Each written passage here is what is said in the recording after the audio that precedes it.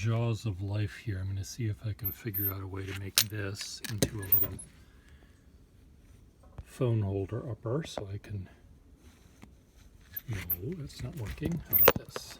I sort of want it aiming down. No. Oh dear. Let's see what else I can do. What do I have here? My usual tripod thing is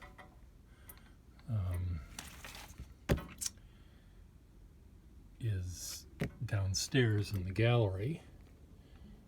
Aha! Maybe this will work.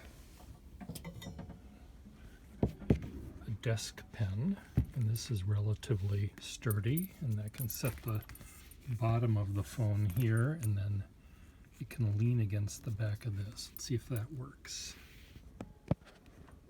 Come on. No. I'm going to have to go this way. Aha! Look at that. Perfect. Part of... and then I don't have my hot glue here. Rather than sweeping all of my little debris into a recycle bin, I've decided that, of course, I can use these things to create people and tractors and stuff. And should I get my hot glue? I bought a new hot glue gun.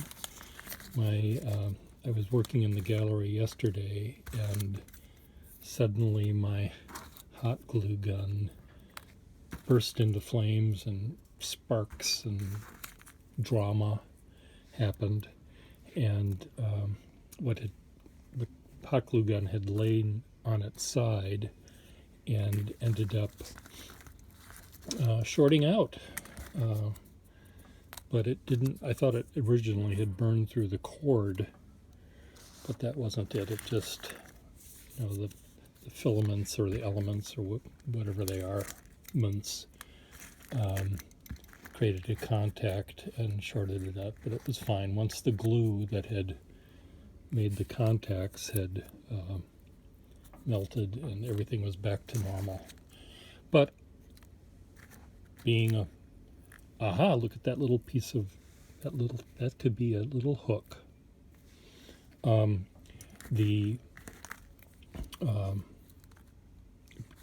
Now that everyone is hoarding, I've decided that, well, I can hoard too. So I bought a second glue gun from Target. So if you want to buy I think there were a couple more left. And, I think what I'm doing right here, not only am I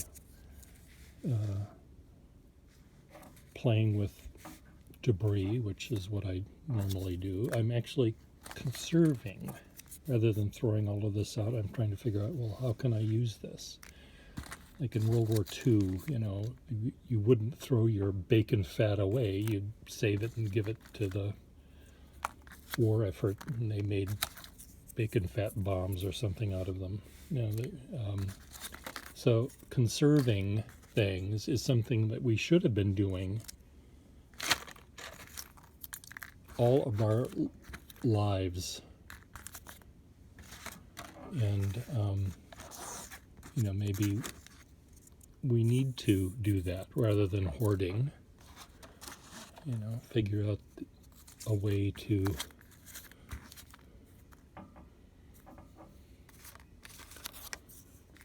I'm trying to figure out how to say this. Wipe your ass with fewer running feet of toilet paper. No, figure out a way to, eat a little less. Because we're going to be in it for the long haul, and it's not going to go away. The damage that this is doing, human cost is one thing, but also I've been looking for this. Now my wrists can be slit perfectly. No, I've been looking for this forever. I'm going to get my glue gun. Don't go away.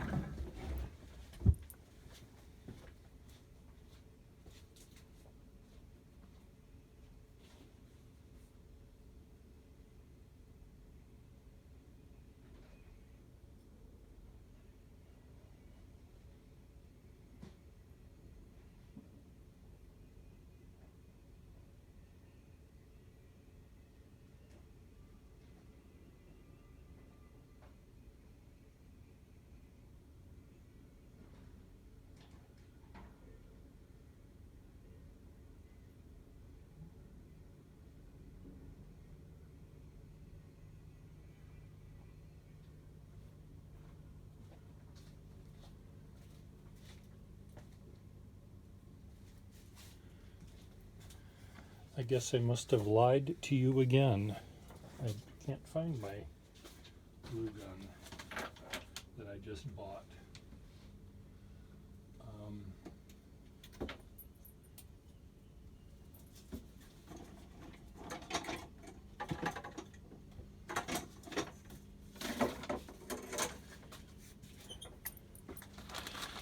I have regular Elmer's glue all. That'll work for these things.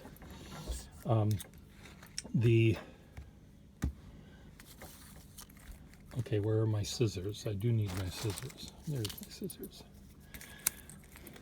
So I think, yes, conserve, you know, turn off that light bulb that you're not using. You know, I have 5 million, well, not 5 million, I have hundreds, probably hundreds of let's see if that even glues.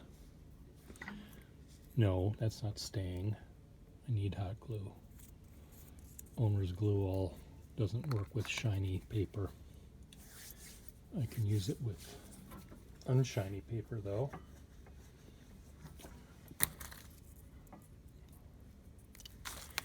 Does it work with this paper? This has color on it, but it's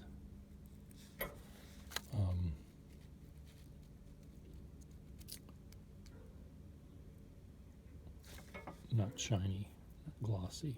That might work. A big X marks the spot. So yes, I have lots of things that have lots of power cords plugging into them, and I leave an iPad plugged in and fall asleep, and I suppose that's chewing up the Brazilian rainforest because it's using energy that otherwise doesn't need to be used, even if I don't have it turned on. So anyway, conservation is something that we all should do. Does that mean that the toilet paper manufacturers and extension cord manufacturers are going to go out of business? Well, that's too bad.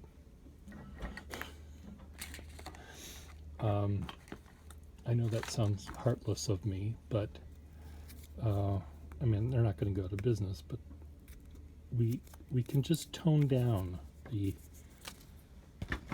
production of shit. We have more than enough shit in our world today.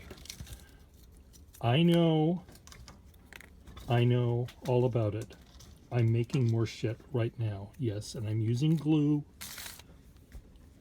that I had to buy that came from a different rainforest, or horses, or whatever glue comes from. But you know, I think all in all, I'm pretty good at my carbon footprint. You know, the stuff that I tend to buy and use, much of it is stuff that the footprint was left 100 years ago.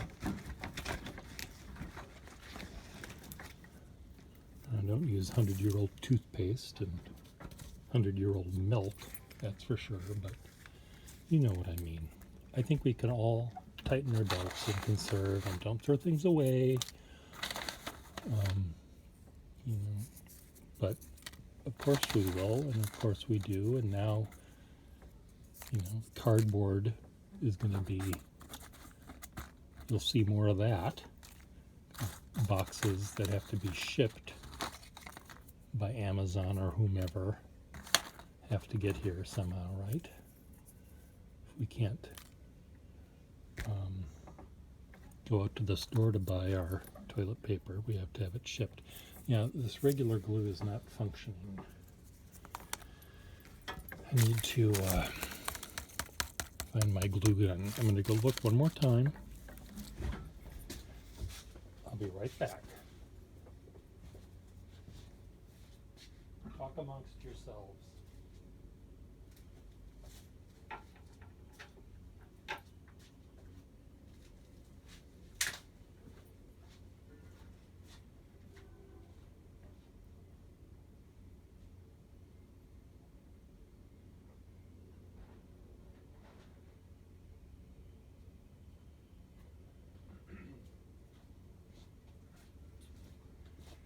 Well, I found it. Dual temp glue gun. What the hell does that even mean? 2 temperatures? Is this even... This is different from my other one that shorted out. I'm cutting off the plastic that will now feed some nice dolphin somewhere.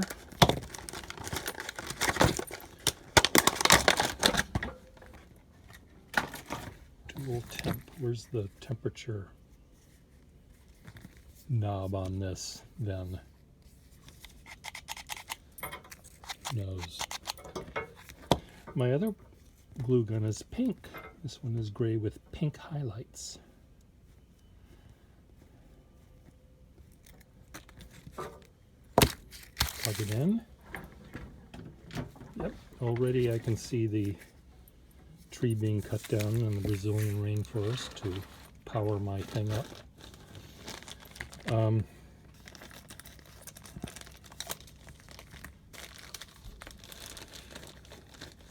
So conservation. Yes. Ooh, that slides right in, so nice. This is different from my other gun. There's a suction there. It's a much more airtight end there when you shove it up. Okay, Pierre, you're talking dirty. So today, one of the things I'm doing today is I have these pins that I bought when one of my neighbors was moving, and I thought these were sort of acupuncture pins of some sort, and she said no, these are things that are used in display. She's a museum curator. So what I'm planning on doing is gluing, there's the head, big long pin, but they don't have to be this long. I'm going to glue a little piece of tape, or put a piece of tape that I can glue a piece of cardboard to, and I will glue these onto the backs of the, forgetting that the hot glue gun is in my lap. It's not a good place for it when it's heating up. So I'm going to glue on the back of these things little pieces of cardboard that I will then glue to the backs of these little trucks and stuff that I'm making, and be able to pin them down onto my background that you're watching me, or maybe watching me build, and so that way I can move them around and change them, swap them out, change them, because I'm really not quite sure how I'm going to arrange these things. Some of these things I understand how I'm going to do it. The things that will be, let me just draw up a picture of what I mean here, see if I can do it without moving my camera.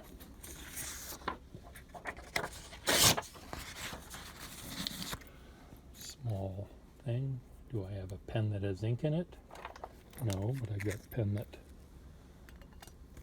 I can probably use here. Wow, this is nice. This is Sheath, the feather touch nib, I think. Where did I get this? I wonder. So my column sheath is this cardboard thing that's about 6 feet tall. And then there's the skyline up here. The ground is down here. So the ground, this will represent the foreground, middle ground, background. So in the background I have little tiny trucks that I've made that are maybe 2 inches across. And they represent the ones in the distance. Then I've got the middle ground ones that are trucks. The same truck would be maybe, that's way too big, but maybe 6 inches across. And then the foreground will have, maybe here, will have the trucks that are 12 inches across. And I'll arrange them so that they appear to recede toward the distance. That's the spatial aspect of this thing.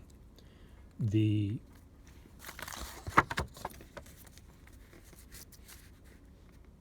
other aspect is there's going to be sort of the front and the back of the column. So I'm going to flatten my cylinder out a little bit. The front is going to have it's kind of a realistic looking scene, because you'll see that when you walk into the gallery first. And I sort of want this to be the most easily understandable and approachable and not very surprising. And then as you go to the back of the thing, it's going to be more aggressively built, maybe more abstract. The tractors and stuff will be a little bit more playful. And on the back is you're going to have these big red cranes, mainly the cranes that are going to be in the back.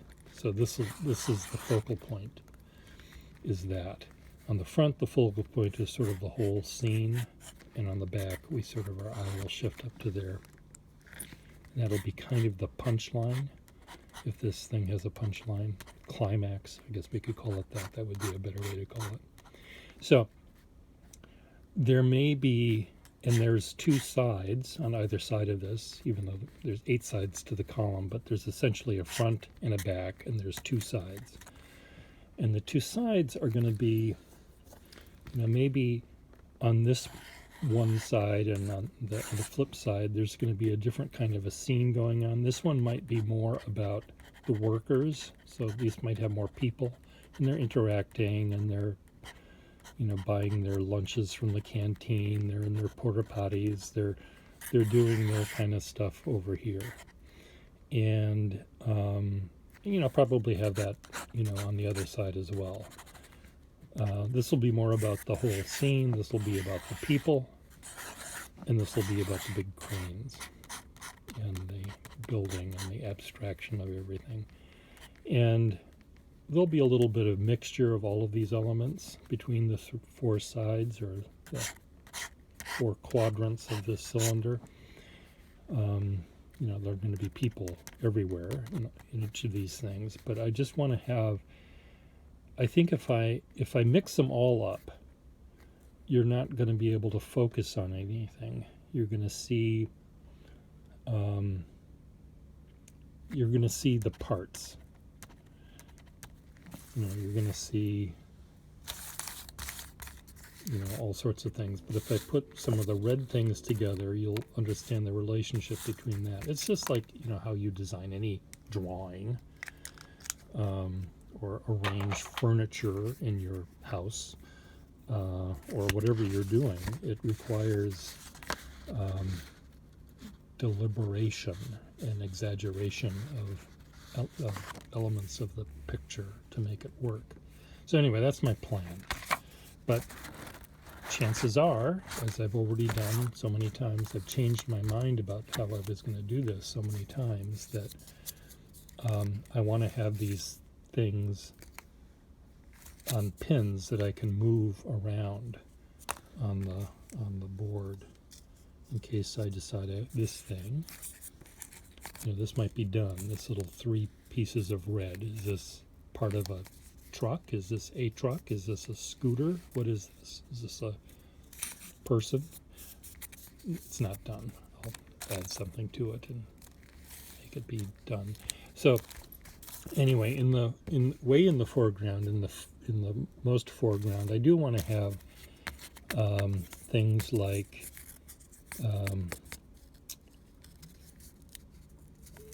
the stuff that you see that are personal tools, like a shovel. There's a group of shovels that I drew yesterday. Shovels and gas cans and a wheelbarrow.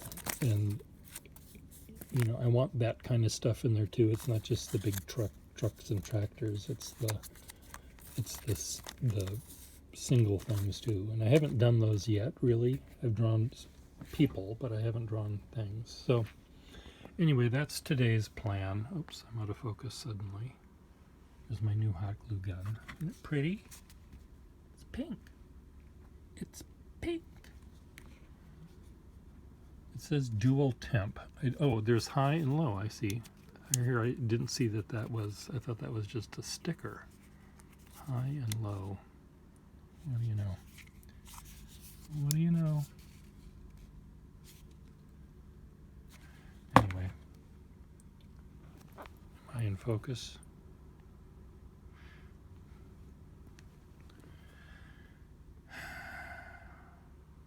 Why aren't I in focus? Get in focus. There, you're in focus. A little tiny bit. I guess you're not. I don't know if we're in focus or not. I need to go to the eye doctor. I'm seeing something very weird. Let's pretend, for shits and giggles.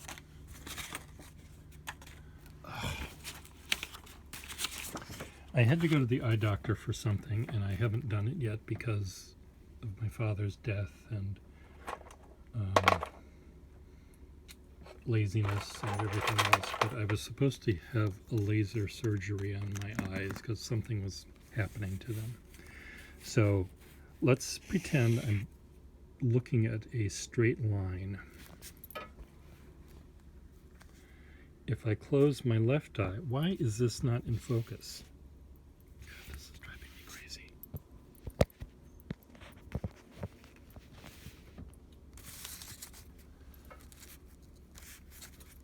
Okay. Do this again. I'm looking at a straight line. There's 2 telephone poles with a really taut line, and there's a bird on the telephone pole. With my left eye, this is what I see. With my right eye, the one that is having the problems, I see this. There's a little dip in everything I see, right in the center of my goddamn eye. So what causes that, you optometrists out there? Anyway, I'm going to call the doctor today. Ah, fuck! God damn it! Yes, the point of your hot glue gun, which was right there in the trajectory of my pinky, is in fact hot.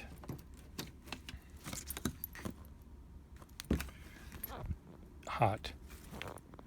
So anyway, I have to call the doctor and find out first whether I still can get an appointment for the surgery, because of course there's other fish to fry. Yes, it is elective surgery. I don't have a burst appendix that's killing me, but I am an artist and I use my eyes to see with and to make my art. And I would think that that problem, if they can fix it, should be fixable. It's not, I'm not getting a facelift. Right, Kitty?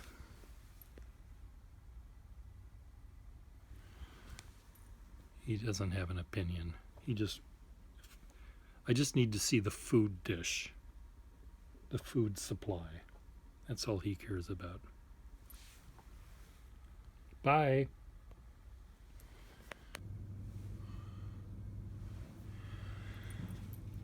Well, I just attached one of my pins to the back of one of my new tractors and letting it dry before seeing if it will apply the way I want it to apply. Let me do another one using a little tiny man here. He has a hat on that says big hat, and he's opening his mouth to say, "Wait, stop," or something like that. So this pin, I wonder if I can just put this right through. No, I think I need to, what I need to do is, oh, of course, where did he go? He's right there. What I need to do is fold on some of these things that are small like this. I need to fold a little piece of cardboard over and glue it to the head of the pin. See if I can do it without burning my fingers. Holding it until it dries. I made some larger ones by taking a piece of corrugated and sliding the pin through and adding glue and then holding it to secure the pin to the cardboard. And those will hold up larger structures. But I have a lot of little tiny things, like little tiny people like this one, and so he'll be glued on. I need even smaller. I might actually, for tiny ones like this that are sort of throwaway ones, if they get glued on and torn off, it's not like I've got hours of time spent into making them. These are mainly for the trucks and stuff. So this guy here, you see he's holding his hands up. Let's cut him down to size here.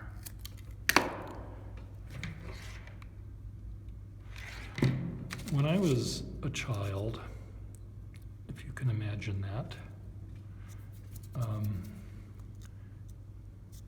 one of the tools that are, hold on a second.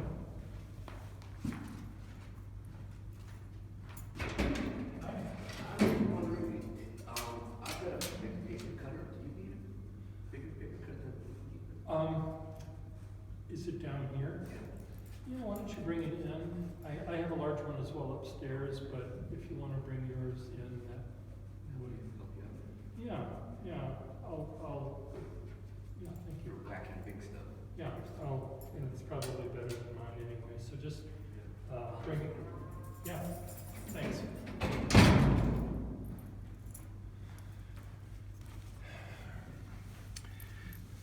A neighbor is bringing a large paper cutter, the one that I was using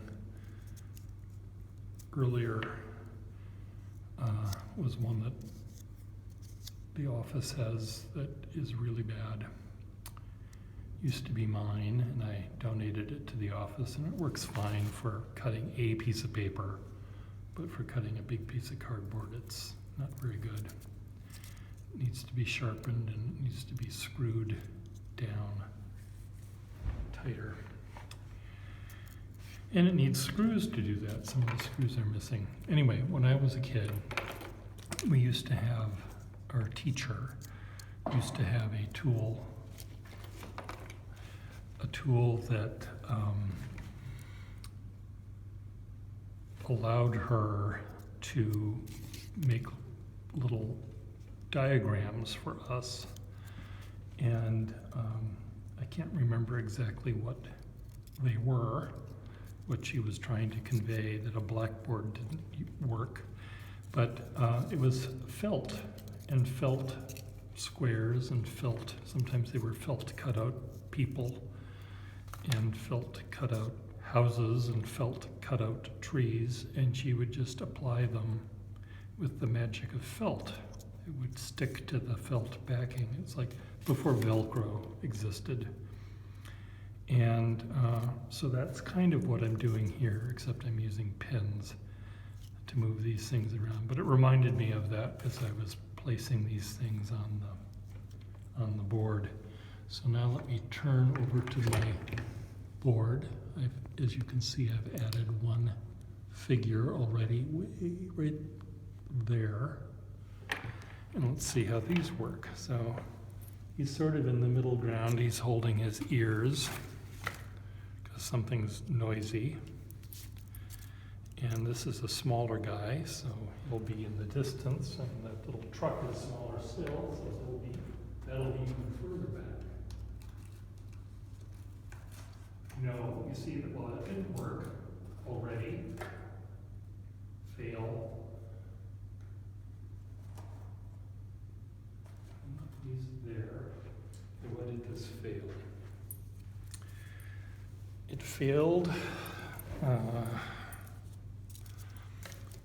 Failed, probably because I was trying to stick it through a piece of cardboard, and these maybe are, the small ones like this are meant not to go into through the piercing the cardboard, but they could slide into the corrugated holes. So I just have to apply more things that have corrugations, so I can slide it in like this, and then it'll stay. Or I just glue the goddamn thing onto the goddamn thing. But piercing through this was not going to work with this one. This is kind of a big nail. This one is thinner by half, so maybe that would work better. Anyway, that's how they're going to look. So we'll go back over here again.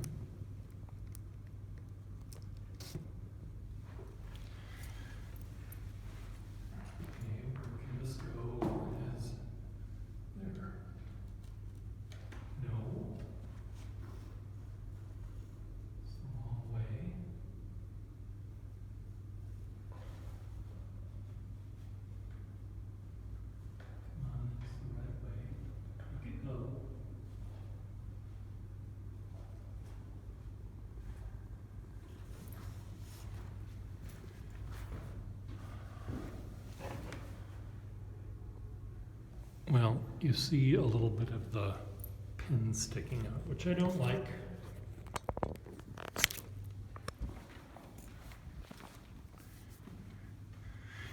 But anyway, because I'm not quite positive how I'm going to arrange these guys, I can move him over here if I want to, or up here,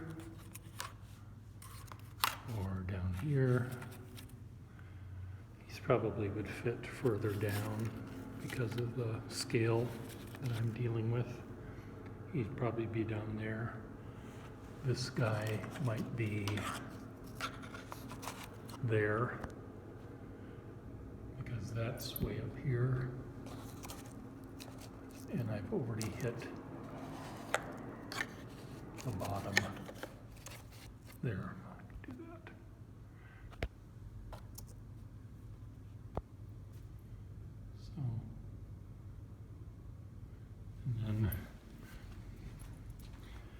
little tiny ones like this. It's about an inch. That might end up going way up here in the distance. And I'll probably just glue that.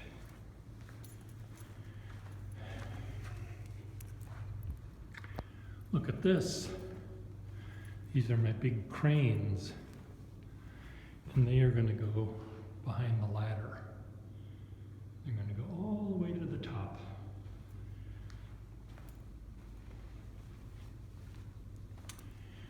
And here's the big paper cutter.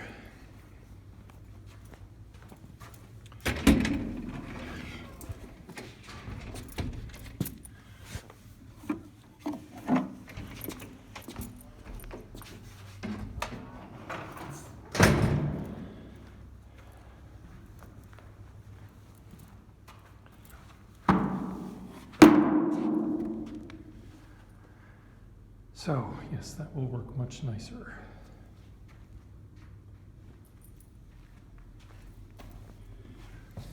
These used to be cranes, which I tore apart because I was making these a little tiny bit too realistic, and that was bothering me a lot. This one here is kind of the realistic one, but I'll keep this one as is. But the other two, because these things were so crude, I thought that the tops need to be sort of crude as well. This one is only slightly, I don't know, I may have to just redo that one. I only want 3. That one was made of the 2 crane parts, diagonal crane parts from the ones I just destroyed. I'll probably cut one of these in half and add it to the other 2 to make them be taller. So the shorter one will be, maybe this tall, and the other 2 will be up there. So we'll have a little bit of difference going on. These are the new boxes I found in the recycling. This blue will come in handy, maybe for a mask rather than for a truck. And I love these boxes. I've made these into 2 masks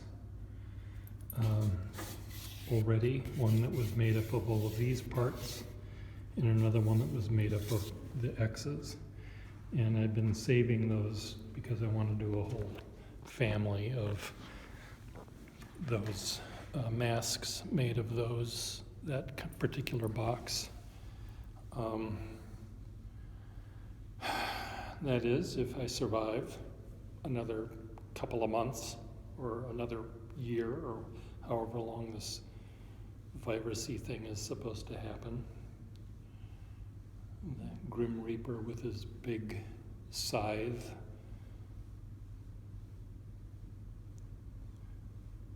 We're doomed. But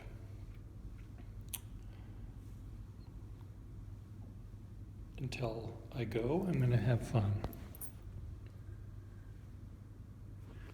By myself. This is meant to represent a building being built. These are meant to represent girders. So this one will, fit back here somewhere. The back half is meant to be more buildings being erected with those cranes. The foreground is more meant to represent flat ground being dealt with for foundations for buildings or for tracks, railroad tracks or whatever. That's how I'm dividing the column.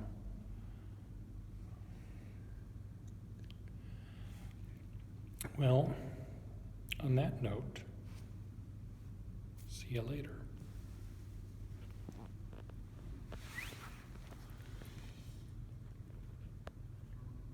That's what our roads look like. That's a map of Boston roads. Well, it's not even 7 o'clock, and I've already collected more boxes to build more construction things out of. And I have other plans for other projects in the future, so I've got bags for those. Costco, of course, product placement.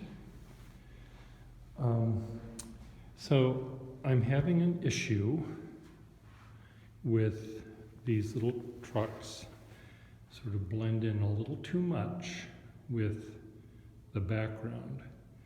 When you see them against the white wall, you sort of see them more clearly than you do when you're down here. So I may need to simplify the background against which these are placed, maybe with a lighter brown color, or use more of those down here that don't have brown in them at all. Bolder things, which is fine, I can do that. That doesn't bother me one bit. These are right now spaced way too evenly. There's going to be groupings of 2 or 3 or 4 sort of in close proximity, and then a lot of blank space, and then something way down there at the bottom. But as you can see, I added a crane here in the city, and I think I've got other cranes here that will be added.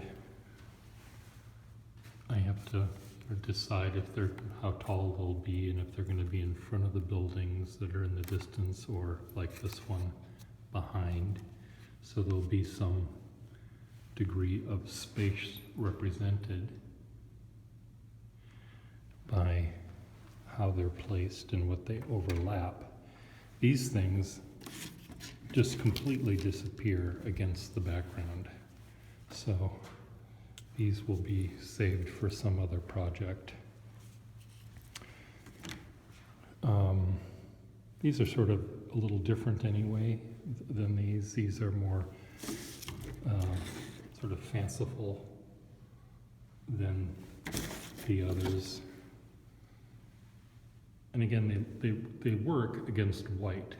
Against brown, you sort of miss the parts. But that's okay. You can sort of, it's like, where's Waldo? You find the things. These were going to be cranes, but I've changed. I tore these apart. And these might be a mask. That might be a mouth. I'll figure out that later. These will be fine on my thing because they're bright against the cardboard, so they'll be visible. So again, these are going to be, I just went around and got more SKU number boxes to build more buildings.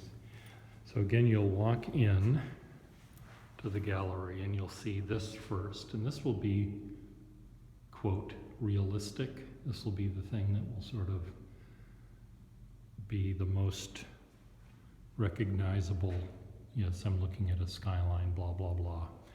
And then you're in the gallery, and then eventually you walk around looking at the stuff on the walls, and you turn around, and then suddenly you've got these big red cranes aggressively sort of jumping out at you.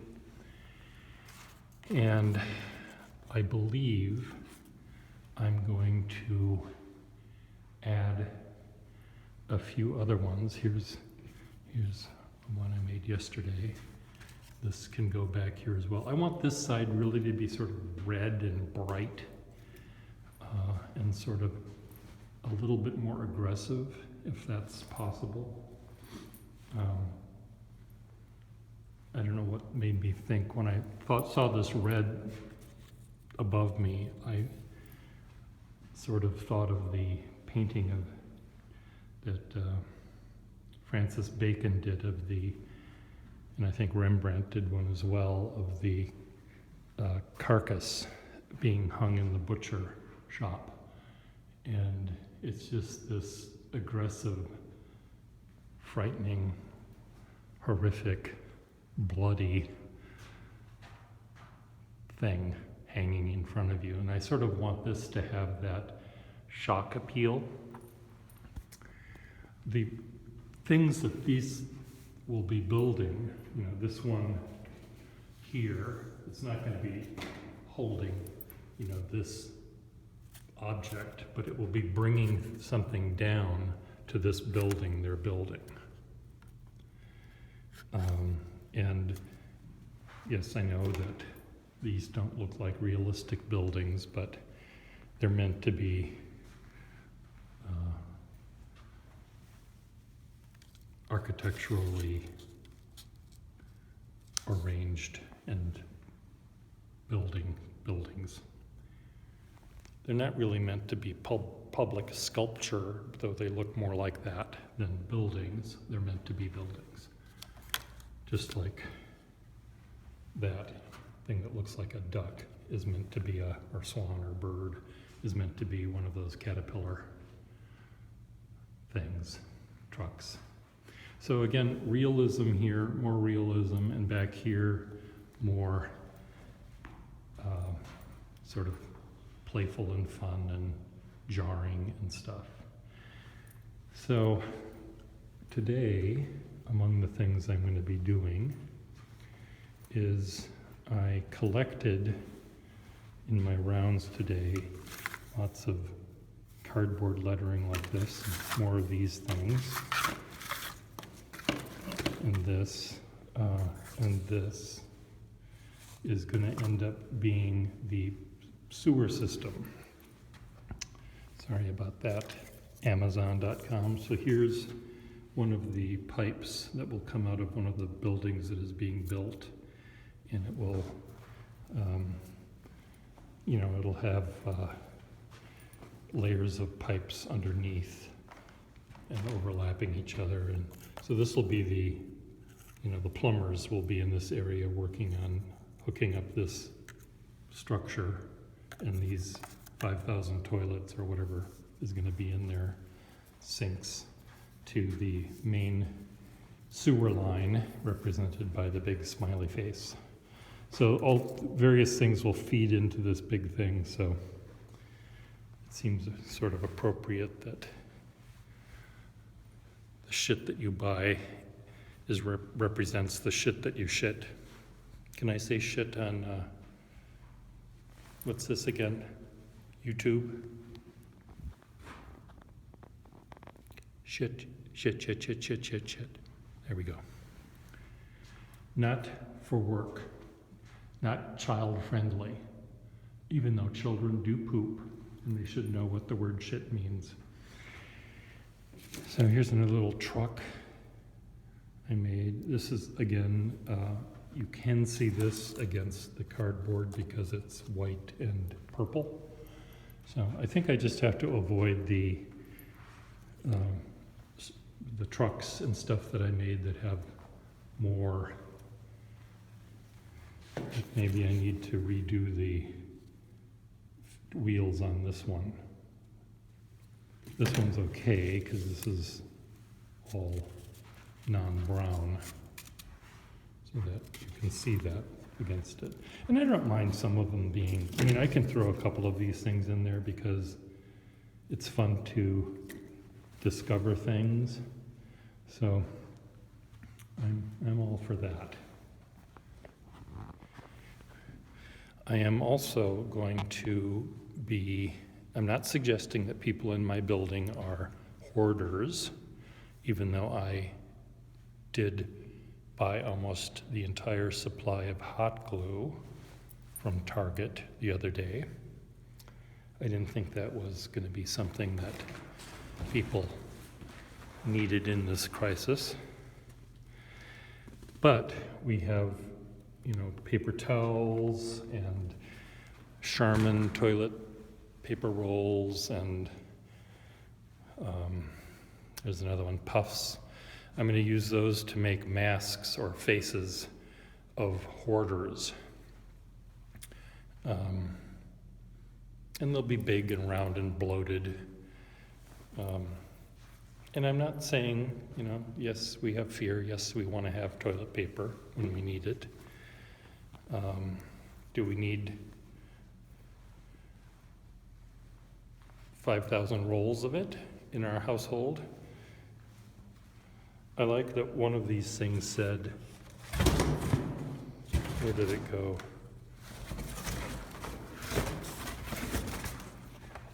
It says 16 family rolls.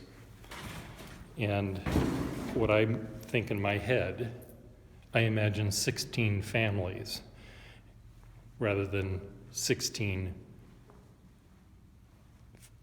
single family sized rolls. I imagine 16 family. Now I know that's not meant to be 16 family, but that's often what you see when you're buying things at Costco. Like, how can one person or one family even use that much toilet paper in their entire lifetime?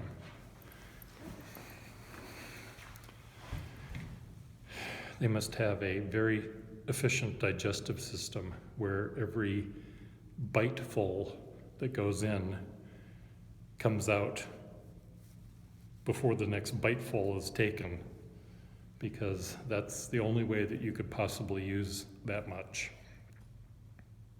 What do you think about that? Write your answers below. Bye.